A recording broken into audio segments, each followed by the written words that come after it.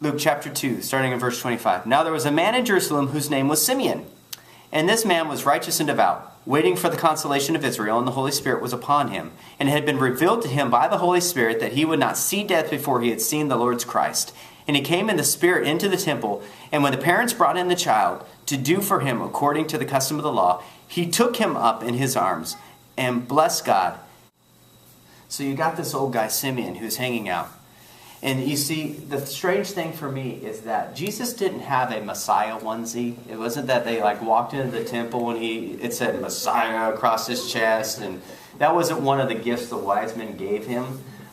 He also, unlike the Renaissance paintings that have a disc around Jesus' head, I think that might be interpretive. I don't think he actually walked around with the sun disc on his head. I think that might actually just be artistic license. So we have to think, how did Simeon know? You see, Simeon then falls into this category of John where he's one of the people that prepares the way for Jesus because he goes, there's the Messiah. But you see, the interesting thing is how did he know? I mean, it's that whole thing where you see within the office of the Holy Spirit, the fact that the Holy Spirit went, all right, Simeon, let's go into the temple. I have something to show you. You see, it's never anything that we do to lead people to Jesus. It's always the work of the Holy Spirit that leads people to Jesus. The Holy Spirit took Simeon into the temple and went, there he is.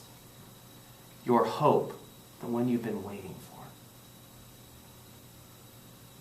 You see, a lot of times we feel like as we may at some point in our life get the courage to share our faith with somebody, we think, oh, if they don't come to know Jesus and when I share my faith with them, I did it wrong. And so they'll go to their friends or to a pastor that they're comfortable with and go, man, I shared my faith and nothing happened. You see, it's never on you whether or not people come to know Jesus. That's not your responsibility. Your responsibility is to be faithful to God.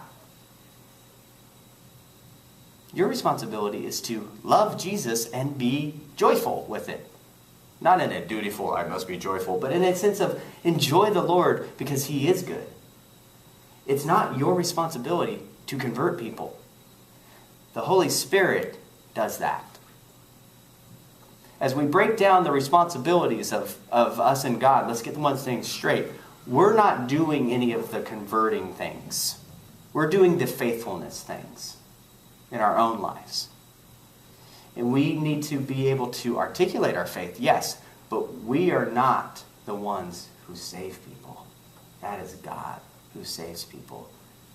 So the Holy Spirit back then took Simeon in the temple and went, there's Jesus. So we have to know that today the Holy Spirit still prepares people in their hearts for Jesus. It's nothing we do. It's the work of God in the hearts of people that prepares them for Jesus.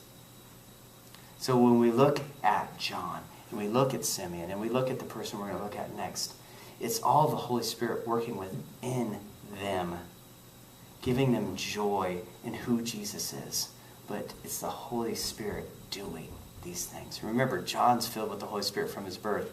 Simeon is being led around by the Holy Spirit because he's hanging out in the temple waiting for the comfort.